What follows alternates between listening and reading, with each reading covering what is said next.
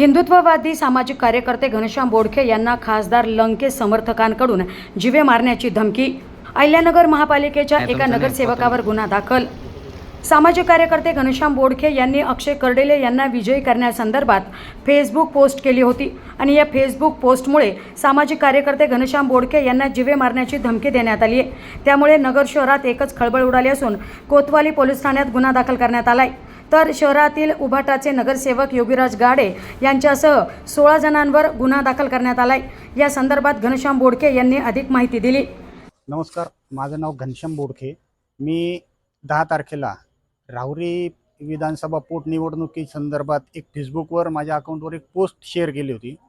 त्या पोस्टच्या अनुषंगाने मी त्या पोस्टमध्ये असं लिहिलं होतं की एक नगरचे आमचे हिंदुत्ववादी आमदार संग्राम भैया जगताप हे त्यांचे मेव्हणे त्या ठिकाणी उमेदवार आहेत आणि त्यांना निवडून आणतील असं एक मी माझं मत व्यक्त केलं होतं.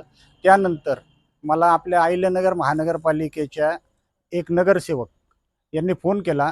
फोन करून मला असं सांगितलं की तुम्ही केलेली पोस्ट ही डिलीट करा आणि त्यांचं मी काही न ऐकता मी माझी पोस्ट तशीच ठेवली. तर 2 दिवस त्यांनी मला फोन करून मला दबाव आणण्याचा प्रयत्न केला की पोस्ट डिलीट करा, नाही तर तुमचं प्रकरण वरतीपर्यंत गेलेलं आहे, त्याचे स्क्रीनशॉट वरती गेलेले आहेत, मग नंतर तुमचं काय होईल ते तुमचे जबाबदार राहताल असं मला सांगण्यात आलं त्या नगरसेवकाकडनं.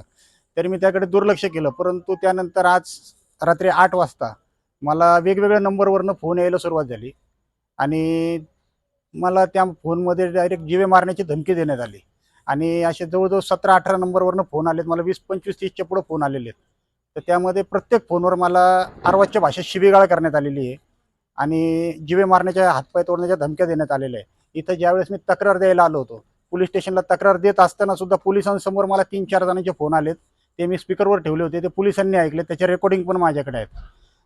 जर डॉक्टर बाबासाहेब आंबेडकरांनी मला अधिकार दिलेला आहे माझं मत व्यक्त करण्याचा, ते मत मी माझ्या सोशल मीडिया अकाउंटवरून व्यक्त केल्यानंतर जर माझ्यावर असं मोगलाई पद्धतीने जर कोणी दबाव आणत असेल आणि मला जीवे मारण्याच्या धमक्या देत असेल तर मी त्यासाठी प्रशासनाकडे त्याची तक्रार नमूद केलेली आहे. माझ्या स्पष्ट पोस्टमध्ये लिहिलेलं होतं की मी आमच्या अहिल्यानगरचे हिंदुत्ववादी आमदार संग्राम भैया जगताप आणि अक्षय कर्डिले उमेदवार जे आहेत, अक्षय शिवाजीराव कर्डिले यांच्या संदर्भात आणि यांच्या समर्थनार्थ मी पोस्ट केली होती, परंतु कोणाच्या विरोधात केलेली नव्हती.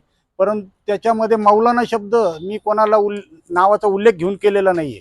परंतु खासदार निलेश लंके यांचे कार्यकर्ते मला फोन करून म्हणताय की तू आमच्याच नेत्याला मौलाना म्हणतोय. मी अजूनपर्यंत त्यांचं नावही घेतलेलं नाही त्या पोस्टमध्ये किंवा काही नाही, तरीसुद्धा मला ते जीवे मारण्याच्या धमक्या देत आहेत.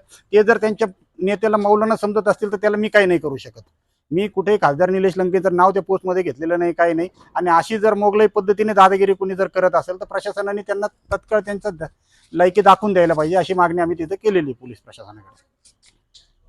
संबंधित धमकीचे काही तुमच्याकडे पुरावे वगैरे काय आहे? 100% सगळे फोनचे रेकॉर्ड मी ठेवलेले आहेत आणि एक तर फोन आता मला पोलीस प्रशासनाकडे मी तक्रार नोंदवत होतो त्यावेळेस पोलिसांच्या समोरच आलेला आहे. तो पण पाहिजे तर मी त्याची रेकॉर्डिंग तुम्हाला ऐकवतो आता. हॅलो हॅलो, शेंडीवरून बोलतोय. हा, शेंडीवरून बोलतोय. शेंडीवरून बोला ना. काय हो साहेब? जरा आत्ती होत बरं का साहेब आपलं. काय हो साहेब, काय केलं आम्ही? काय टाकलो, काय केलं आम्ही तुम्हाला? आती जरा जास्तच आत्ती होते साहेब आपलं. नाही ना, झालंय. अशा वेगवेगळे मला असे फोन करून धमक्या देण्यात येत आहे. मला माझ्या घरी येऊन मारण्याची धमकी देण्यात आलेली आहे. ती सुद्धा पोलीस प्रशासनाच्या समोर आलेली आहे, पोलीस अधिकाऱ्यांच्या समोर आलेली. त्याचाही मी त्या आणि जेवढे नंबरवरनं मला फोन आले ते सगळे नंबर मी आता पोलीस प्रशासनाला दिलेले आहेत. त्यांच्यावर रीतसर गुन्हा दाखल केलेला आहे. आता पोलीस प्रशासन पुढील काय कारवाई करतं याच्याकडे आम्ही आता त्यांची मागणी केलेली आहे पोलीस प्रशासनाकडे.